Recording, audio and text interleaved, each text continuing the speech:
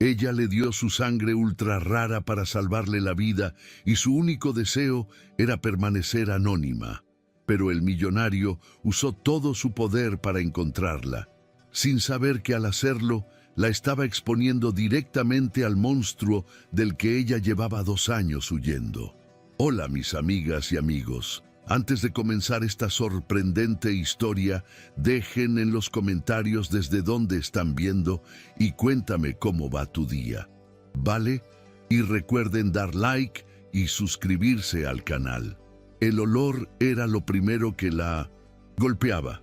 Una mezcla acre de antiséptico y el metálico y vago aroma del miedo estancado. Luego, el sonido.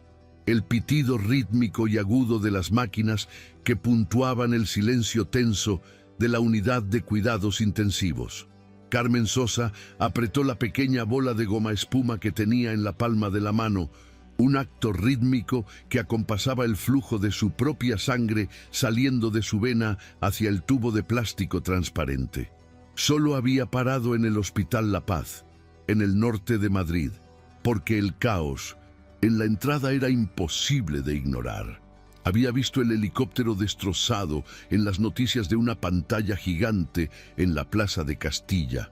Una bola de metal humeante que había caído sobre el helipuerto del hospital.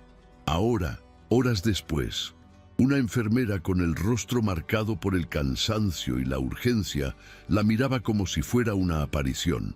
Tienes el fenotipo Bombay, ¿verdad? El O. Eres literalmente la única en toda la base de datos de la Comunidad de Madrid, le había dicho la mujer sin aliento, agarrando su brazo con una fuerza que sorprendía. Eres la única oportunidad que tiene. Carmen no vio el rostro del hombre. No le importaba. Solo vio la urgencia, la desesperada necesidad de salvar una vida que se escapaba, y ella, que vivía cada día tratando de no dejar rastro, de ser invisible, estaba haciendo irónicamente el acto más rastreable de su vida, donar el componente más raro de su ser. Horas más tarde, el sonido de la cerradura de su pequeño apartamento en el barrio de Dindonsin. Lavapiés resonó con 3 golpes secos y metálicos. Giró la llave principal, luego el cerrojo superior y finalmente la cadena. Era un ritual que marcaba la frontera entre el mundo exterior, lleno de peligros desconocidos, y el santuario precario que había construido. El apartamento era pequeño, apenas una cocina-salón y un dormitorio, pero era suyo y, lo más importante, nadie sabía que estaba allí. Se frotó el brazo, donde el pinchazo de la aguja empezaba a formar un pequeño hematoma. Su teléfono, desechable, un modelo antiguo que solo servía para llamadas y mensajes básicos, vibró sobre la mesa de la cocina. Un escalofrío le recorrió la espalda, una reacción pavloviana al zumbido del aparato. Lo ignoró, conteniendo la respiración, como si el simple hecho de mirarlo pudiera invocar al fantasma que la perseguía. En la pequeña televisión colgada en la esquina, un presentador de noticias con un traje impecable interrumpió la programación habitual. Tenemos noticias de última hora desde el Hospital La Paz. El multimillonario Gabriel Herrera, CEO de Herrera Innovatec, ha despertado tras su milagrosa operación. Carmen se detuvo, con la taza de té a medio camino de sus labios. Fuentes cercanas al magnate, continuó el presentador, afirman que el señor Herrera tiene una única misión: encontrar a la mujer anónima que salvó su vida. La taza resbaló de sus dedos, haciéndose añicos contra el suelo de baldosas, pero Carmen no se movió. El té caliente le salpicó los pies, pero ella solo podía mirar la pantalla, sintiendo cómo el suelo desaparecía bajo sus pies. Ser encontrada era lo último que necesitaba. Ser encontrada era, literalmente, una sentencia de muerte. El anonimato no era una preferencia para Carmen Sosa. Era un mecanismo de supervivencia. Hacía 2 años que había huido de Santander, dejando atrás todo lo que conocía, después de que Sergio, su exnovio, transformara su ruptura en una obsesión aterradora. Sergio no era un hombre violento en el sentido físico, tradicional, era peor. Era un analista de datos, un hombre que entendía los sistemas, las huellas digitales que dejamos, la facilidad con la que se puede manipular la realidad digital. Primero fueron los mensajes, luego los correos electrónicos desde cuentas falsas, luego las veces que casualmente aparecía donde ella estaba. Cuando obtuvo una orden de alejamiento, él la respetó, técnicamente. Pero entonces sus cuentas bancarias empezaron a tener problemas. Su nuevo contrato de alquiler fue cancelado misteriosamente y sus amigas recibieron correos electrónicos anónimos con fotos suyas manipuladas.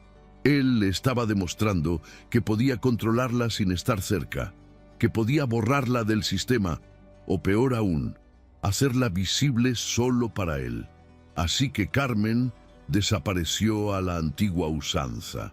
Se mudó a Madrid. Consiguió un trabajo de baja cualificación pagado en efectivo al principio. Alquiló un apartamento a nombre de una compañera y empezó a usar teléfonos desechables, pagando todo con tarjetas prepagadas. Vivía en una constante niebla de paranoia, mirando por encima del hombro, evitando las cámaras de seguridad, construyendo una vida tan pequeña y gris que nadie, especialmente un hombre obsesionado con el control, se molestaría en buscarla. Y ahora Gabriel Herrera, el hombre más poderoso de España, el titán de la tecnología cuya cara estaba en todas las portadas, estaba movilizando todos sus recursos para encontrarla. El teléfono desechable sobre la mesa vibró de nuevo. Esta vez, la pantalla se iluminó brevemente. Número oculto. El corazón de Carmen se detuvo. Podía ser él. Podía ser Sergio. El pánico le subió por la garganta, un sabor a cobre y hielo. Sabía que Sergio, metódico como era, monitoreaba las noticias. Un hombre poderoso buscando a una donante anónima con un tipo de sangre increíblemente raro. Era el tipo de rompecabezas que Sergio adoraría resolver. Era un rastro de migas de pan digital que llevaba directamente a la única cosa que él creía que le pertenecía. Carmen cogió el teléfono, sus manos temblaban tan violentamente que casi lo deja caer. Contestó, pero no dijo nada. Oyó solo el silencio de una línea abierta, una estática que parecía respirar. Luego, tras lo que pareció una eternidad, un suave clic. Había colgado. Era una prueba. Estaba comprobando si el número seguía activo. La campaña de Gabriel Herrera aún no había mostrado su rostro, pero ya había activado al depredador que acechaba en las sombras de su vida. Su mundo, el que había construido con tanto esfuerzo, estaba en el Grano Singular, una cafetería de especialidad en el corazón del barrio de Malasaña. Era un local pequeño, con paredes de ladrillo visto, muebles de madera reciclada y un aroma embriagador a café tostado y cardamomo. Era el tipo de lugar cult que atraía a estudiantes, artistas y turistas, pero para Carmen era un refugio. Trabajaba como barista, un trabajo que requería precisión y concentración, un ritual que calmaba su mente hipervigilante. El ruido de la máquina de espresso, el vapor siseante, la concentración necesaria para crear un latte art perfecto, todo ello la anclaba al presente. Sus compañeros eran amables pero no entrometidos, y la paga, aunque modesta, era suficiente. Ese día, sin embargo, el refugio se sentía frágil. Cada vez que sonaba la campanilla de la puerta, su cuerpo se tensaba. El televisor del fondo, normalmente silenciado y mostrando vídeos musicales independientes, estaba ahora sintonizado en un canal de noticias. La historia de Gabriel Herrera se repetía cada hora, y aunque su nombre no se mencionaba, la descripción de la donante misteriosa se hacía más detallada. Fuentes del hospital confirman que la mujer tiene el raro fenotipo Bombay, 1 entre 1.000.000, decía un reportero. Carmen casi quema la leche. La mañana se arrastró con una tensión insoportable. Cada cliente que pagaba con tarjeta, Cada persona que la miraba fijamente un segundo de más se sentía como una amenaza. A mediodía, la cafetería estaba abarrotada. Carmen trabajaba en la caja registradora con la cabeza gacha, deseando ser invisible, cuando una presencia bloqueó la luz del mostrador. Era un silencio repentino en medio del bullicio, como si el aire se hubiera espesado. Levantó la vista lentamente y se encontró mirando no a un cliente, sino a dos hombres con trajes oscuros e impecables que flanqueaban a un tercero. El tercer hombre era inconfundible, aunque parecía más pálido y delgado que en las fotos de las revistas de negocios. Gabriel Herrera, el hombre que debería estar en una suite de hospital de lujo, estaba de pie frente a ella, en su pequeña cafetería de Malasaña. La conversación a su alrededor se apagó. El único sonido era el goteo de la cafetera. Los ojos de él eran intensos, de un gris acero que parecían analizarla capa por capa, despojándola de la invisibilidad que tanto le costaba mantener. El tiempo pareció detenerse. Los clientes murmuraban. Algunos levantaban sus teléfonos, disimuladamente, pero Gabriel Herrera no parecía notarlo. Su atención estaba fija únicamente en Carmen, cuyo rostro había perdido todo color. En su mano sostenía algo pequeño que brillaba bajo las luces del local. Lo levantó lentamente. Era una pulsera sencilla, una fina cadena de plata con un único dije, una pequeña hoja de olivo, el único objeto de valor que conservaba de su vida anterior. Debía habérsele caído en el hospital, en el caos, en la prisa por salir de allí antes de que nadie pudiera hacerle preguntas. «Creo que esto le pertenece», dijo él. Su voz era grave, más débil de lo que ella esperaba, pero con un filo de autoridad que no dejaba lugar a dudas. Era una afirmación, no una pregunta. Carmen sintió que el suelo se abría, la misma sensación de la noche anterior, pero multiplicada por 1000. Estaba expuesta. El hombre más buscado de España la había encontrado, y la había encontrado en su santuario. Carmen tragó saliva. El corazón le golpeaba las costillas con tanta fuerza que temía que él pudiera oírlo. Miró la pulsera y luego a sus ojos grises y penetrantes. Su instinto de supervivencia, afinado por 2 años de huida, gritaba: negar, desaparecer, correr. «Lo siento, señor», dijo, su voz sorprendentemente firme, aunque por dentro temblaba. «Se equivoca de persona. Nunca he visto esa pulsera». Los ojos de Gabriel se entrecerraron ligeramente. No estaba acostumbrado a que le contradijeran, y menos aún a que le mintieran. Una leve sonrisa, más una mueca de impaciencia que de humor, apareció en sus labios. «Entiendo. Prefiere la discreción. Yo también, normalmente». Hizo un gesto a uno de sus guardaespaldas, quien discretamente mostró a Inés, la jefa de Carmen, una placa. Inés palideció y asintió, indicando a los demás clientes que el café cerraría temporalmente. En menos de 1 minuto, el grano singular estaba vacío, excepto por ella, Gabriel y sus 2 sombras. El silencio ahora era pesado, opresivo. «No quiero asustarla», continuó Gabriel, acercándose un paso más al mostrador. «Pero usted y yo sabemos que esa pulsera es suya. Estaba en el suelo de la sala de donación, justo donde usted estuvo sentada durante 4 horas, mientras su sangre entraba en mis venas». «No sé de qué me habla», repitió Carmen, aferrándose a la negación como a un salvavidas. «Soy barista, hago café, no salvo a multimillonarios». El pánico la estaba volviendo imprudente. Su tono era más afilado de lo que pretendía. «Si eso es todo, tengo que volver a Shinmas trabajar». Gabriel la observó durante un largo momento, su mirada recorriendo su rostro, la tensión en sus hombros, el ligero temblor de sus manos que intentaba ocultar bajo el mostrador. Era observador. Era la habilidad que lo había convertido en quien era. «Mire», dijo, suavizando ligeramente su tono, aunque la impaciencia seguía allí, vibrando bajo la superficie. «Me ha salvado la vida. Mi equipo tardó menos de 6 horas en encontrarla usando el registro de donantes del hospital y los datos de seguridad. Su negativa es admirable pero inútil. No estoy aquí para exponerla, estoy aquí para agradecerle. Sacó una cartera de su chaqueta y deslizó un talonario sobre el mostrador. Ponga el precio, una casa, una nueva vida, lo que sea. Su vida acaba de cambiar, señorita Sosa. El sonido de su propio nombre, dicho en voz alta por él, fue como una bofetada. Hacía tanto tiempo que nadie lo usaba con tanta autoridad, pero la vista del talonario, la fría transacción de su acto desesperado, encendió algo en ella que no era miedo, era ira.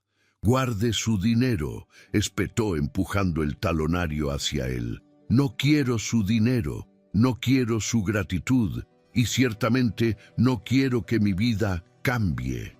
La intensidad de su propia voz la sorprendió. Gabriel pareció desconcertado por primera vez. Claramente esperaba lágrimas, o gratitud, o codicia. No esperaba rechazo. «No entiendo», dijo él, frunciendo el ceño. «¿Qué es lo que quiere entonces?» Carmen respiró hondo, reuniendo cada gramo de valor que le quedaba. «Quiero que se vaya, quiero que detenga esta cacería mediática, quiero que borre mi nombre de sus archivos, quiero que me deje en paz». El silencio que siguió fue denso. Gabriel Herrera estudió a la mujer frente a él. No era lo que esperaba. No había nada en ella que pidiera ser rescatada, sino todo lo contrario. Había una fiereza desesperada en sus ojos, la de un animal acorralado. Vio el miedo, pero también vio una voluntad de hierro. «No puedo hacer eso», dijo finalmente con total honestidad. «Salvaste mi vida. El mundo lo sabe. No puedo simplemente borrarlo». Carmen sintió que las lágrimas de frustración le quemaban los ojos. «No entiende el peligro en el que me ha puesto», exclamó, golpeando el mostrador con el puño. «Su gratitud es un foco de atención y hay gente en las sombras que se siente atraída por la luz. Gente que me está buscando». La crudeza de su pánico finalmente pareció hacer mella en él. La palabra peligro y buscando cambiaron la atmósfera. Su postura pasó de la de un benefactor impaciente a la de un estratega calculador. «¿Quién la está buscando?», preguntó, su voz bajando a un tono protector y demandante. Carmen se mordió el labio, dándose cuenta de su error. Había revelado demasiado. No podía confiar en este hombre, no más que en Sergio. Ambos eran hombres poderosos, acostumbrados a tomar lo que querían, solo que usaban métodos diferentes. «Eso no es asunto suyo», dijo, recuperando la compostura. «Solo le pido una cosa. Si de verdad está agradecido, detenga la búsqueda pública. Anuncie que ha encontrado a la donante, que ella desea anonimato y que la historia ha terminado. Si hace eso, si lo jura, entonces quizás podamos hablar. Pero si no lo hace, si veo mi cara en la televisión esta noche, desapareceré. Y esta vez ni siquiera usted podrá encontrarme». Fue un farol, pero uno lanzado con la fuerza de la desesperación absoluta. Gabriela sostuvo la mirada, evaluando la amenaza. Vio que no bromeaba. La mujer que había donado su sangre sin pedir nada a cambio estaba dispuesta a destruir su vida para proteger su anonimato. Asintió lentamente. «De acuerdo», dijo. «Haré la llamada. Detendré a la prensa. A cambio, me dará 1 hora de su tiempo. Esta noche, sin dinero, solo una conversación». Carmen dudó. Era una trampa, lo sabía, pero era la única salida que tenía. La prensa no se detendría sin una orden directa de él. «De acuerdo», susurró. 1 hora. Gabriel Herrera asintió, satisfecho. Se dio la vuelta y se dirigió a la puerta, sus guardaespaldas moviéndose con él al unísono. Se detuvo en el umbral y la miró por encima del hombro. «Mi chofer la recogerá a las 8. Esté lista». No era una petición. Salió y la luz del sol pareció volver a entrar en la cafetería, aunque el aire seguía cargado con la electricidad de su presencia. Esa noche, mientras Carmen esperaba frente a su edificio, vio un sedán oscuro aparcado en la esquina opuesta, uno que no era el coche de Gabriel. Había estado allí durante una hora. Él había detenido a la prensa, pero había mentido. No había detenido la vigilancia. Había puesto sus propios hombres para seguirla. Al otro lado de la calle, oculto en las sombras de un callejón, Sergio bajó la cámara de su teléfono.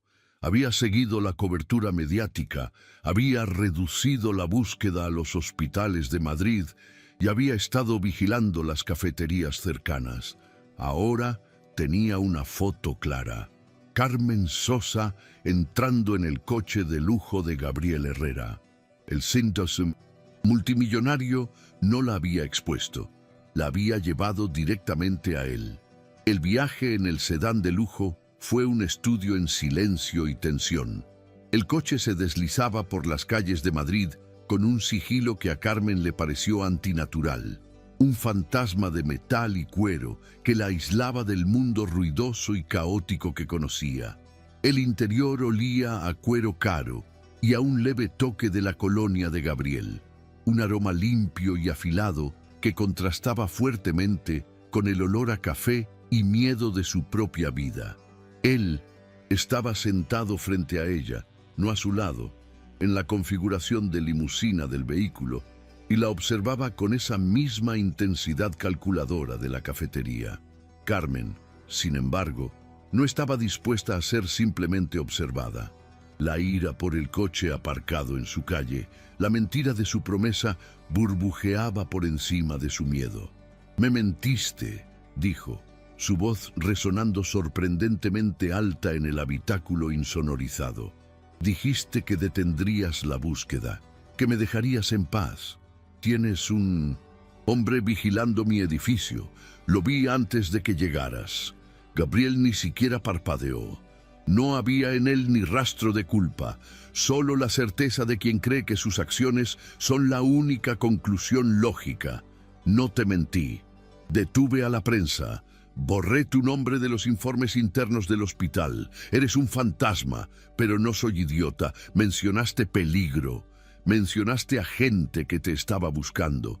No iba a dejar a la mujer que me salvó la vida sola y desprotegida. Es una precaución lógica».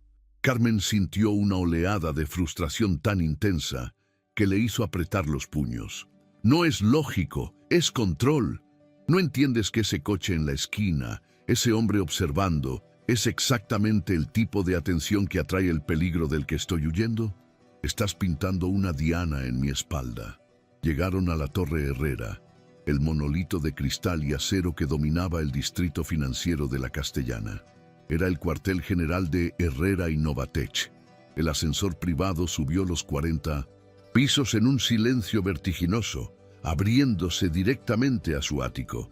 Si su coche era una burbuja de lujo, esto era una catedral de poder. Era un espacio de 2 niveles, con paredes enteras de cristal que ofrecían una vista de 180 grados de Madrid. Las luces de la ciudad extendiéndose bajo ellos como una alfombra de diamantes caídos. Los muebles eran mínimos, angulosos, caros y fríos. No había ni una foto personal, ni un libro fuera de lugar. Era la prisión dorada en su máxima expresión, un lugar diseñado para impresionar y aislar.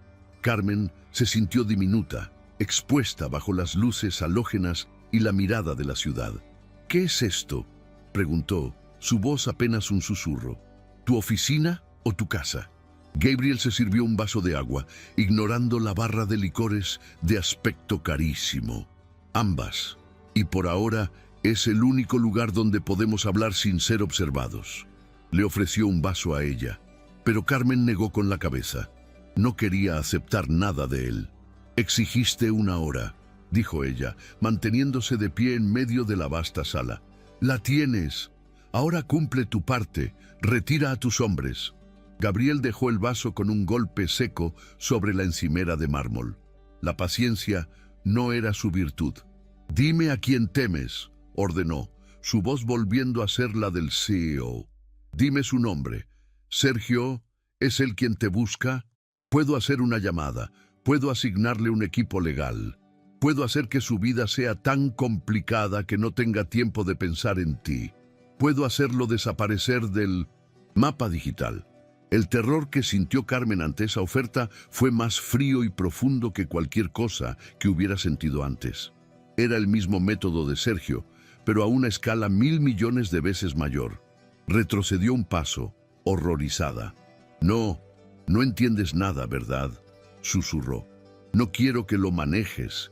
No quiero que uses tu poder para aplastarlo. Eso no me libera. Solo cambia al controlador. No quiero cambiar un controlador por otro. Sus palabras parecieron golpearlo físicamente. Lo había acusado de ser igual que el monstruo del que huía, y la verdad de la acusación flotó entre ellos, innegable. Él la miró, la frustración luchando contra una nueva e incómoda comprensión.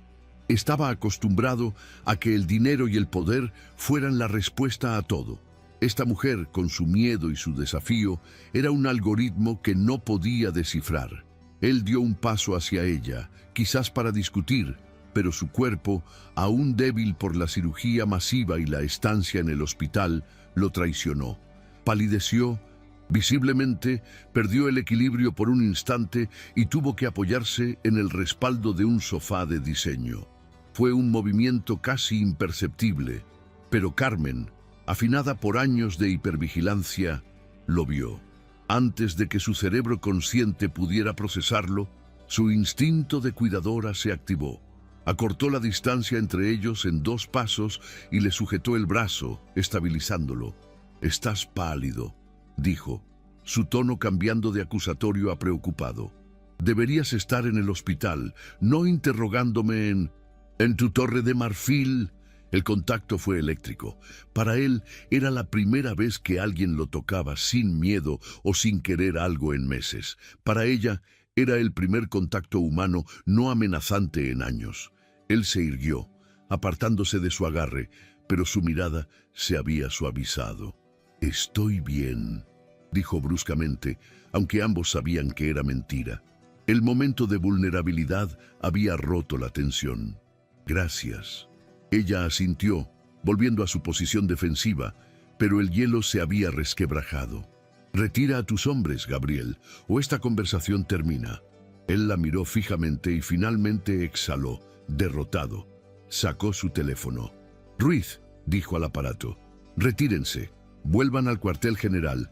La señorita Sosa no requiere sus servicios». Los días siguientes fueron una extraña tregua.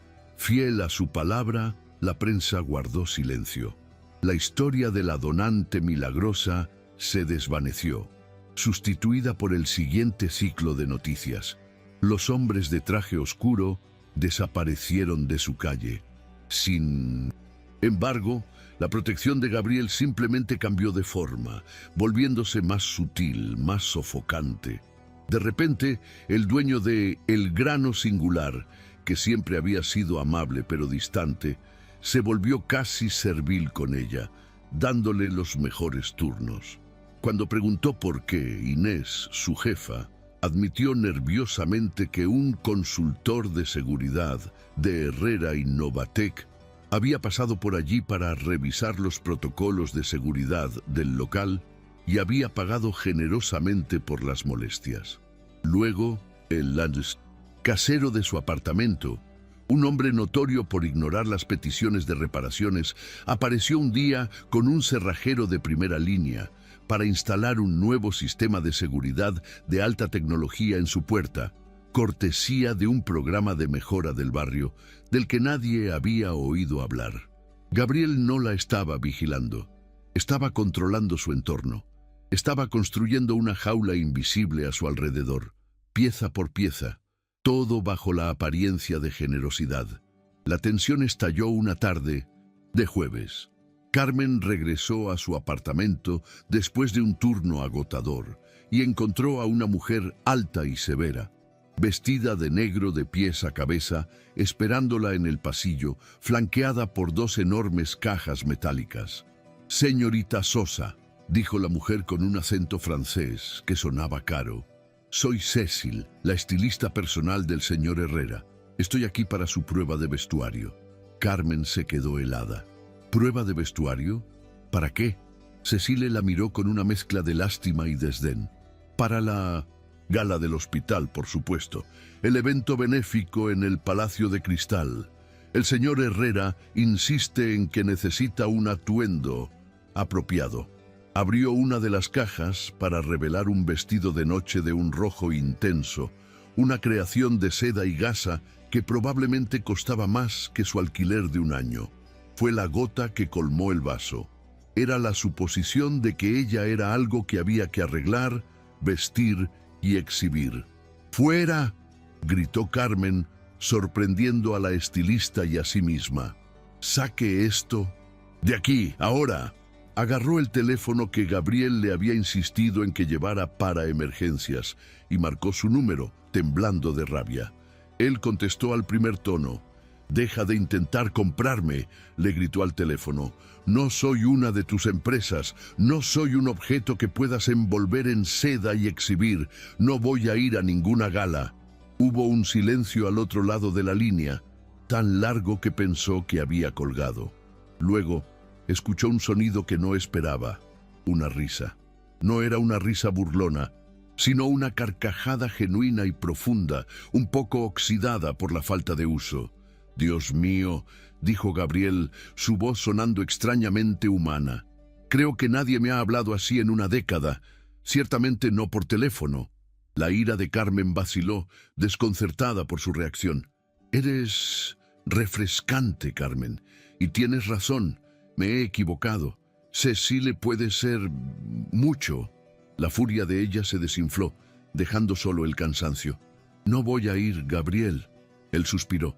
«La gala no es para mí. Es para el ala de cuidados intensivos del hospital.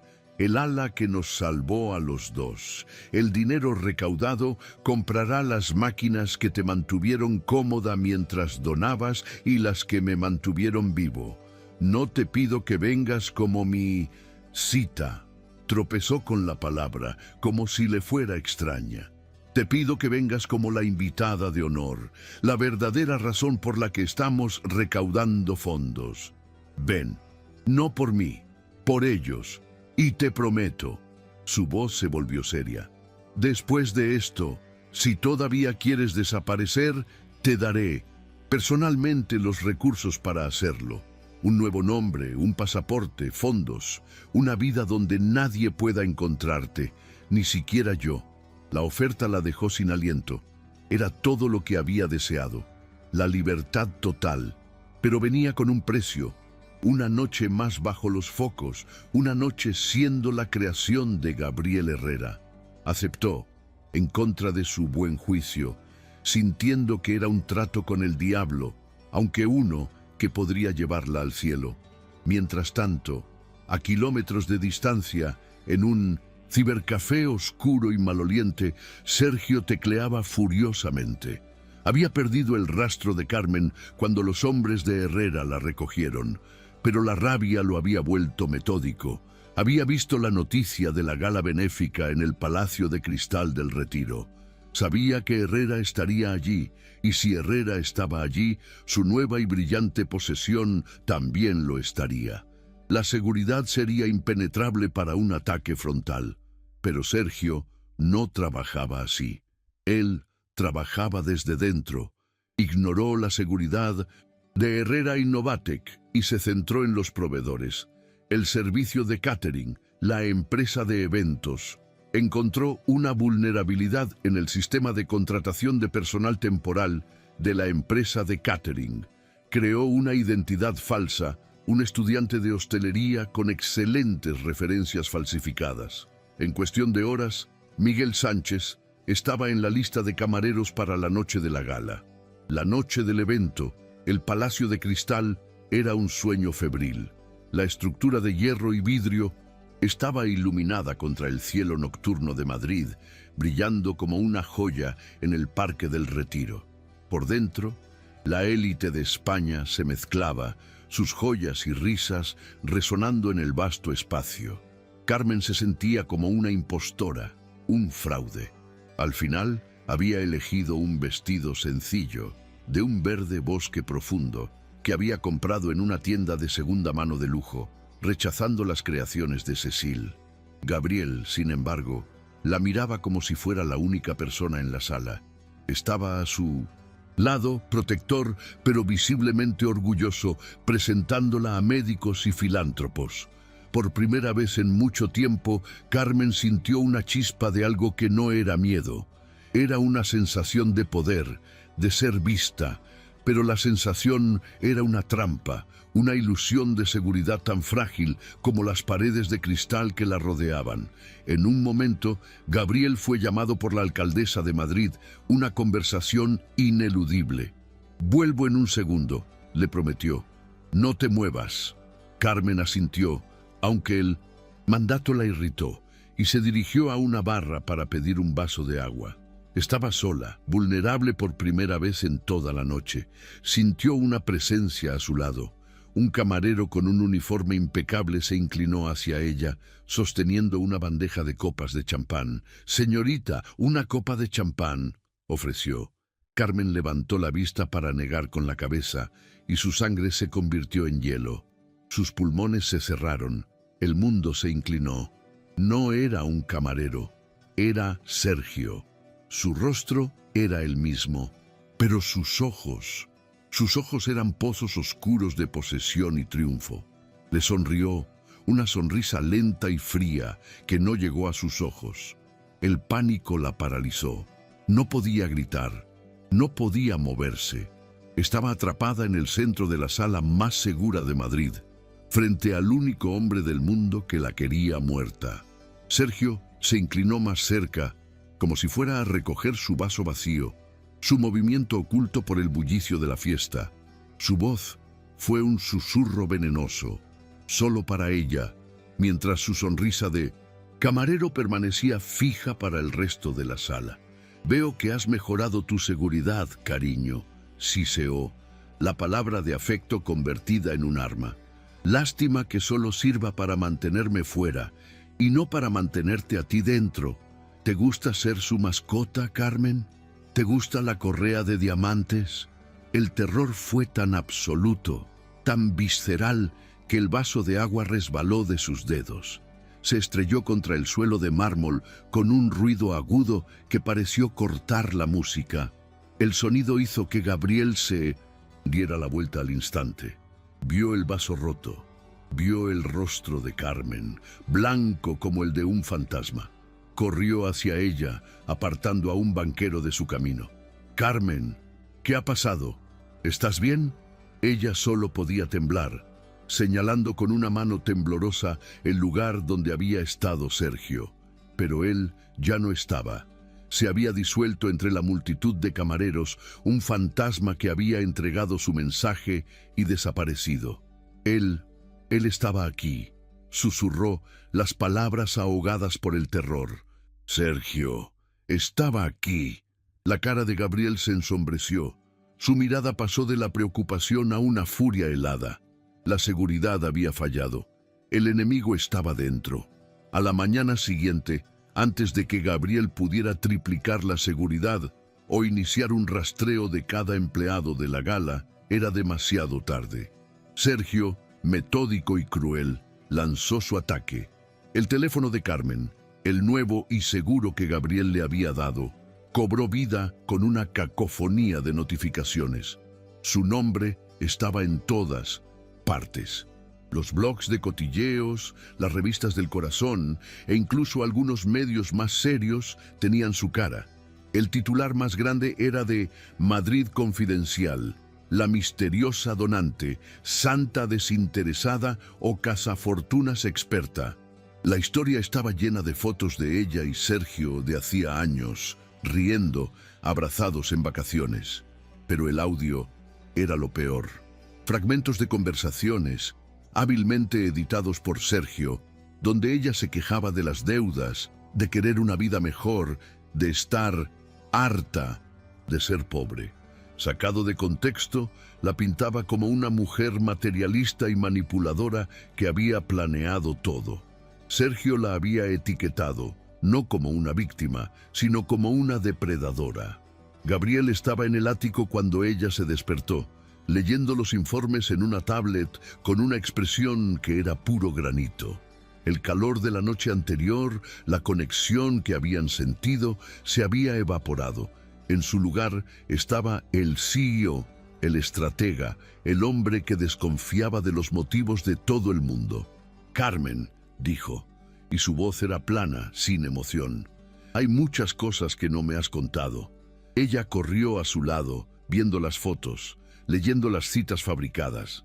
«No, Gabriel, eso es mentira, está editado, está todo sacado de contexto.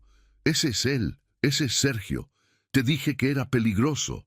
Intentó explicarle la naturaleza de la persecución, el acoso digital, pero las pruebas circunstanciales eran demasiado buenas. Él la miró, y por primera vez, ella vio la duda en sus ojos. «Te creo», dijo. Él, pero su tono era hueco. «Te creo que te está acosando, pero el público no lo hará, y te ha encontrado, se infiltró en mi gala, sabe dónde vives». Ella retrocedió, herida por su desconfianza. Él levantó una mano cortándola. «Recoge tus cosas de tu apartamento, las que necesites, manda a mi chofer, te vienes conmigo, ya no estás segura allí». Ella lo miró, dándose cuenta de la verdad. Él no confiaba plenamente en ella. La estaba aislando, no solo del mundo, sino de su propia vida. «Gabriel, no», empezó a protestar, pero la decisión en su rostro era absoluta. «Es por tu propio bien, Carmen». La puerta del ático se cerró con un clic suave y definitivo. Él la había rescatado de su apartamento, solo para encerrarla en su jaula dorada. Los primeros días en el ático de Gabriel fueron la definición de una jaula dorada. El silencio era lo más ensordecedor. Era un silencio estéril, filtrado, muy diferente del bullicio caótico y vivo de su apartamento en Lavapiés. Carmen tenía a su disposición un cine privado, una piscina infinita que parecía derramarse sobre los tejados de Madrid y un armario lleno de ropa que Cecile había dejado por si acaso, pero no tenía una llave de la puerta principal. Estaba aislada del mundo, una prisionera de lujo mientras, abajo, en las calles, su reputación estaba siendo sistemáticamente destrozada. Gabriel estaba presente, pero distante. Pasaba horas encerrado en su despacho, su voz un murmullo furioso en conferencias telefónicas con equipos de abogados y expertos en relaciones públicas. Cuando salía, la miraba con una mezcla de preocupación y una frustración que bordeaba la sospecha. «Carmen, mi equipo de relaciones públicas sugiere que emitamos una declaración conjunta», le dijo una tarde, pasándole una tablet con un borrador. «Algo que muestre un frente unido». Ella leyó las palabras, frías y corporativas, que la pintaban como una víctima agradecida bajo la protección benévola de Herrera. Sintió una oleada de náuseas. «No», dijo, devolviéndole la tablet, «no voy a ser parte de otra de tus estrategias. Esto no es una fusión de empresas, Gabriel. Esto es mi vida». La brecha entre ellos se ensanchó. La duda de él era un veneno sutil que contaminaba el aire del ático. Una noche, él entró en la biblioteca donde ella estaba mirando las luces de la ciudad, incapaz de dormir. Sostenía unos papeles en la mano, su rostro marcado por el cansancio y el conflicto. «Mi equipo legal encontró esto», dijo, su voz desprovista de la calidez que había empezado a surgir entre ellos. «Es una solicitud de tarjeta de crédito conjunta de hace 2 años y medio, con un límite de gasto altísimo. Él pagaba por todo, Carmen. Las vacaciones en Ibiza, la ropa, las cenas caras. Las fotos que filtró coinciden con los extractos. ¿Cómo se supone que voy a rebatir esto? ¿Cómo se supone que voy a creer que no estabas con él por el dinero?» El golpe fue tan brutal como si la hubiera abofeteado. Vio en sus ojos la misma duda que había Visto en los policías de Santander, la misma suposición fácil de que ella era una oportunista. El hecho de que viniera de él, el hombre cuya vida había salvado, la rompió. Era control, susurró ella, su voz temblando de una rabia helada. No era generosidad. Él controlaba cada céntimo para que yo no pudiera irme. Cada vez que compraba algo, él recibía una alerta. Cada cena era un favor que le debía. Era una correa, Gabriel, no un privilegio. Pero tú no puedes ver eso, ¿verdad? Para ti, el dinero es solo dinero. No puedes ver cómo se usa como un arma. Esa fue la noche en que todo cambió. Él intentó disculparse, decir que solo estaba tratando de entender todos los ángulos, pero el daño estaba hecho. Él la miraba no como a la mujer que había desafiado su poder en la cafetería, sino como un problema que había que gestionar, una variable inestable en su ecuación perfectamente controlada, una posible responsabilidad legal.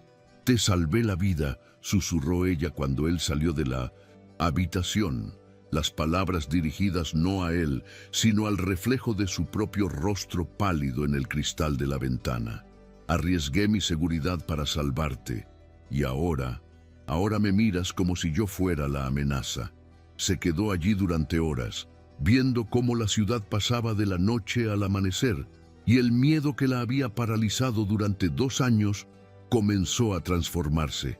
Se solidificó, convirtiéndose en algo frío, duro y afilado. El miedo se convirtió en resolución. Se dio cuenta de la verdad. En fundamental, Gabriel no era su salvador, era simplemente un carcelero diferente, uno que usaba la seda y la seguridad en lugar de las amenazas y el acoso digital.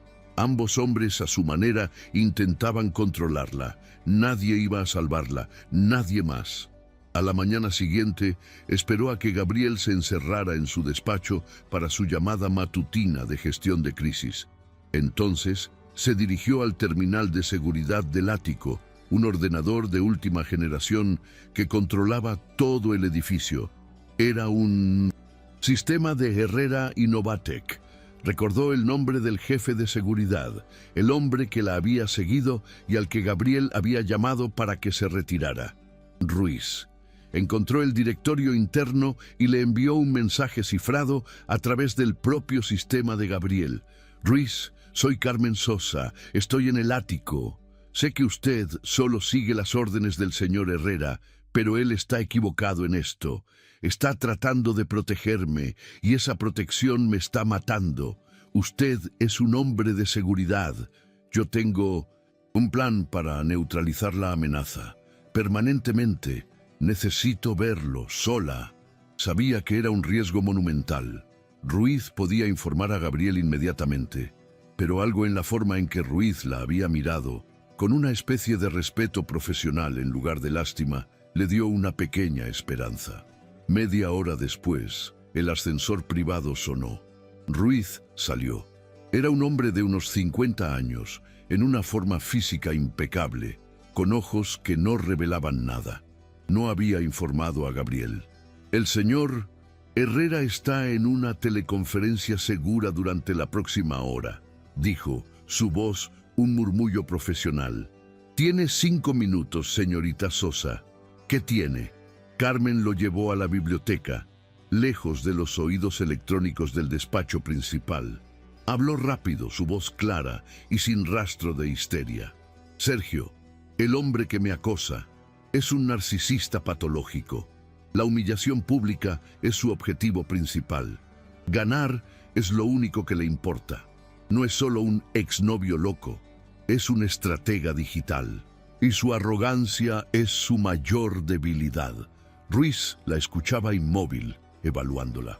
«El señor Herrera está planeando enterrar la historia con dinero y poder legal. Eso no funcionará, solo enfurecerá más a Sergio. Lo hará volverse clandestino y más peligroso. La única forma de detenerlo es exponerlo, públicamente».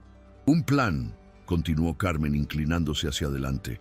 «Gabriel va a convocar una rueda de prensa para limpiar mi nombre. Es lo que haría su equipo de relaciones públicas. Tenemos que convencerlo de que lo haga. Pero el objetivo no es limpiar mi nombre. El objetivo es atraer a Sergio. Ruiz frunció el ceño. ¿Atraerlo? La seguridad será máxima. No podrá acercarse. Carmen sonrió, una sonrisa fría que sorprendió a Ruiz. No vendrá como él mismo. Se infiltrará. No como camarero esta vez. Eso sería demasiado obvio. Vendrá como prensa. Es demasiado arrogante para perderse el espectáculo de mi humillación final. Querrá estar allí para verme arder. Querrá hacer la pregunta que me destruya. Ruiz comenzó a ver el contorno del plan, y un destello de admiración profesional apareció en sus ojos. Su equipo necesita crear una puerta trasera digital, una identidad de prensa falsa para un bloguero independiente poco conocido, una acreditación que él pueda descubrir y robar. Tiene que creer que es más listo que ustedes, que está burlando la seguridad de Gabriel Herrera. Ruiz permaneció en silencio durante un minuto completo, procesando la audacia del plan. Es increíblemente arriesgado, señorita Sosa. Si sale mal, si él sospecha que es una trampa, podría reaccionar violentamente. O peor, si tiene éxito, la pondrá a usted en la misma habitación que su acosador. Carmen no flaqueó. Si no hacemos nada, sale mal, él me encontrará tarde o temprano, o Gabriel me mantendrá en esta jaula para siempre. ¿Cuál es la diferencia? Yo seré el cebo, pero usted y su equipo serán la trampa. Necesito que grabe todo, cada ángulo, y necesito que sus mejores hombres estén entre la prensa, vestidos de periodistas, armados y listos para moverse en cuanto dé la señal. Él no puede escapar esta vez. Ruiz asintió lentamente, una decisión tomada. Voy a necesitar que convenza al señor Herrera de hacer la rueda de prensa. Él se opondrá. Carmen asintió. Déjeme eso a mí. Esa tarde, Carmen se enfrentó a Gabriel. Entró en su despacho sin llamar. Él levantó la vista, sorprendido. Gabriel, he estado pensando, dijo, proyectando una falsa sensación de derrota. Tienes razón. Tu equipo de relaciones públicas tiene razón. Esconderme aquí me hace parecer culpable. Necesitamos una declaración pública. Convoquemos una rueda de prensa. Dejemos que me hagan sus peores preguntas. Lo aclararé todo. Responderé a todo. Es la única manera de terminar con esto. Gabriel la miró incrédulo. Había estado tratando de convencerla de hacer una declaración escrita durante días. Carmen, es alimentar a los tiburones. Sergio les ha dado demasiada munición. Te destrozarán viva. No, voy a permitir que te expongas así. Su instinto protector estaba en plena vigencia, pero ahora Carmen lo veía como lo que era. Un obstáculo. Ya me están destrozando, respondió ella, su voz firme.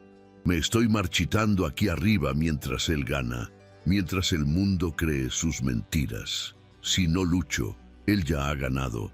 Déjame hundirme, dijo, acercándose a su escritorio. Pero déjame hundirme luchando. No me dejes ser una víctima en tu informe anual. Confía en mí, una última vez. La miró, fijamente, viendo el fuego en sus ojos, la misma determinación de acero que había visto en la cafetería. Vio que no era una petición de permiso, sino una declaración de intenciones. Suspiró, derrotado.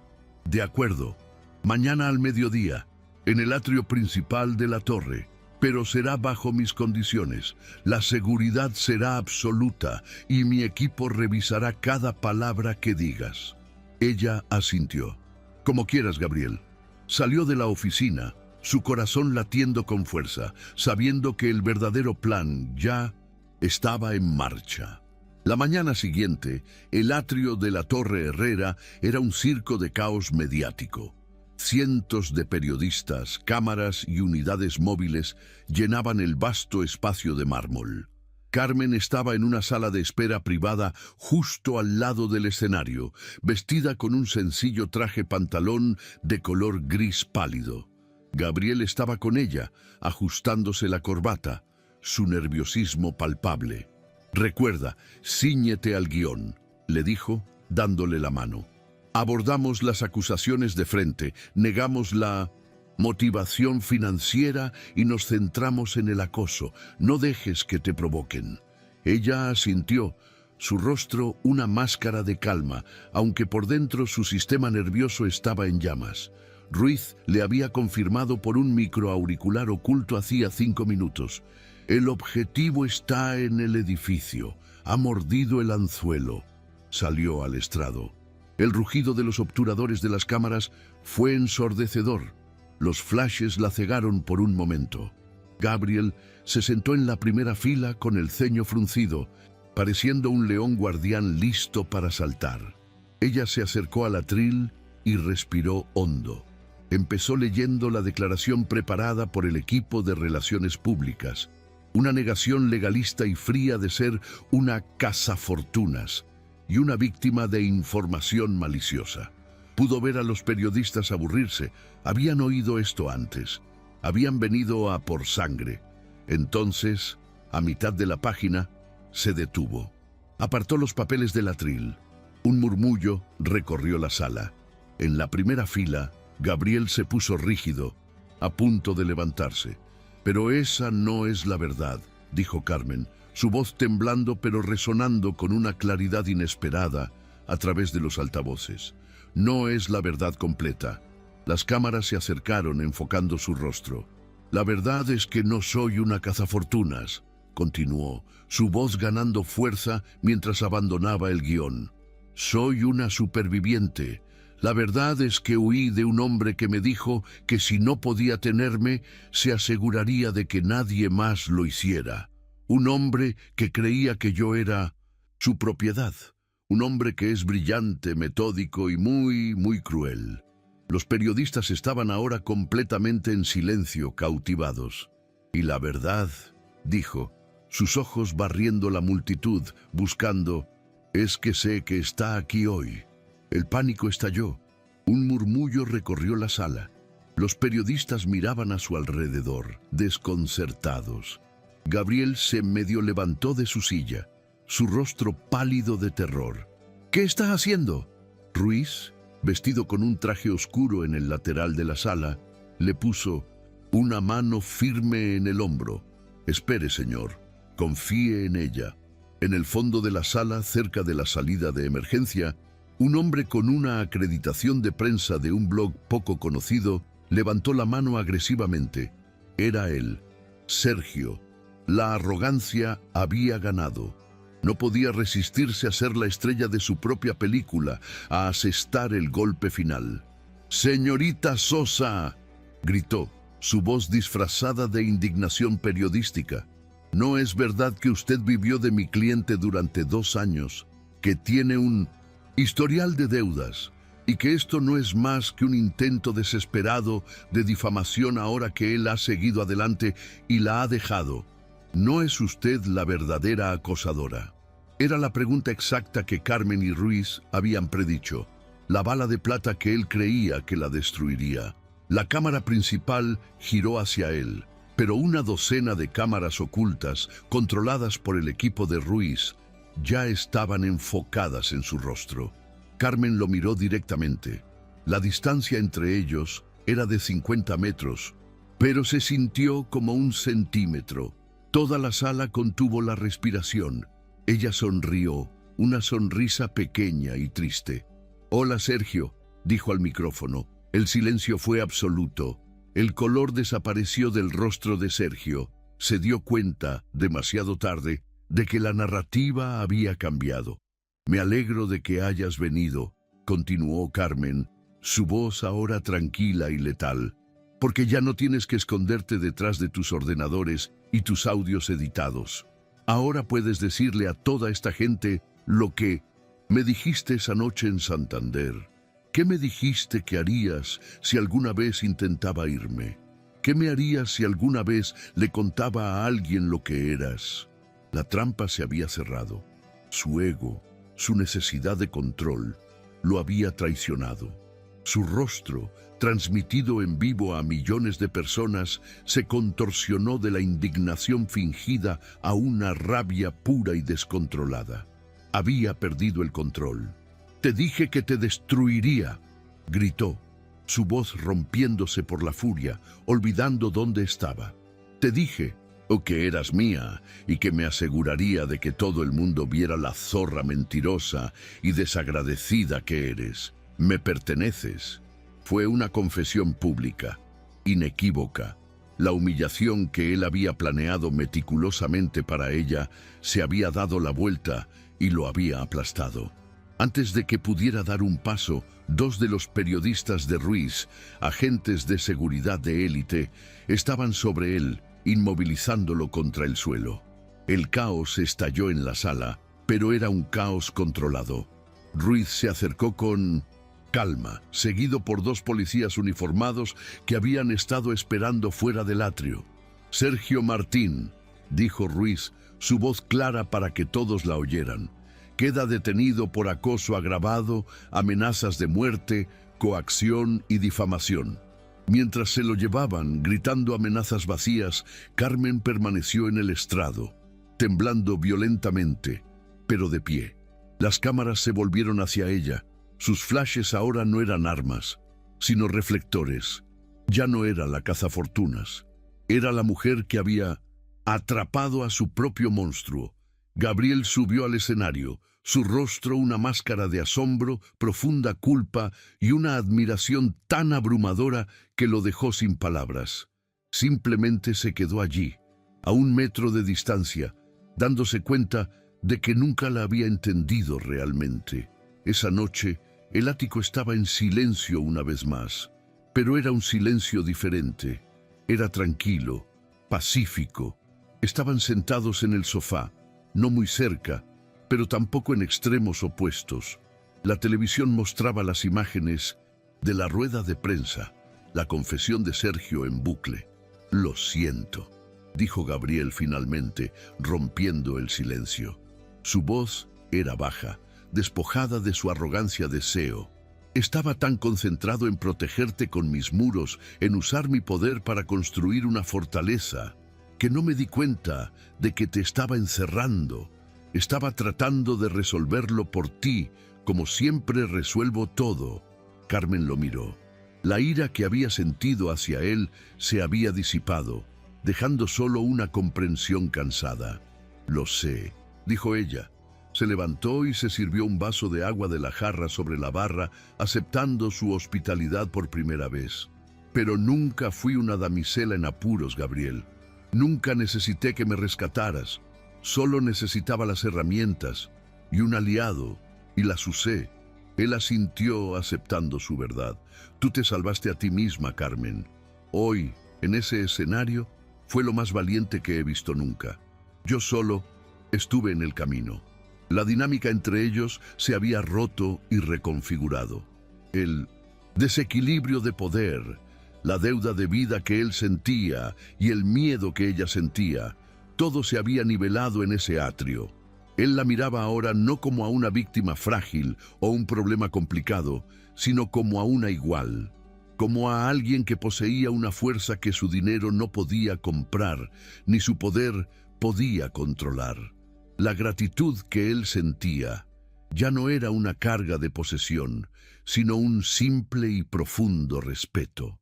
6 meses después, un letrero de madera de olivo pintado a mano colgaba alegremente sobre una puerta de color verde bosque en el barrio de las Letras.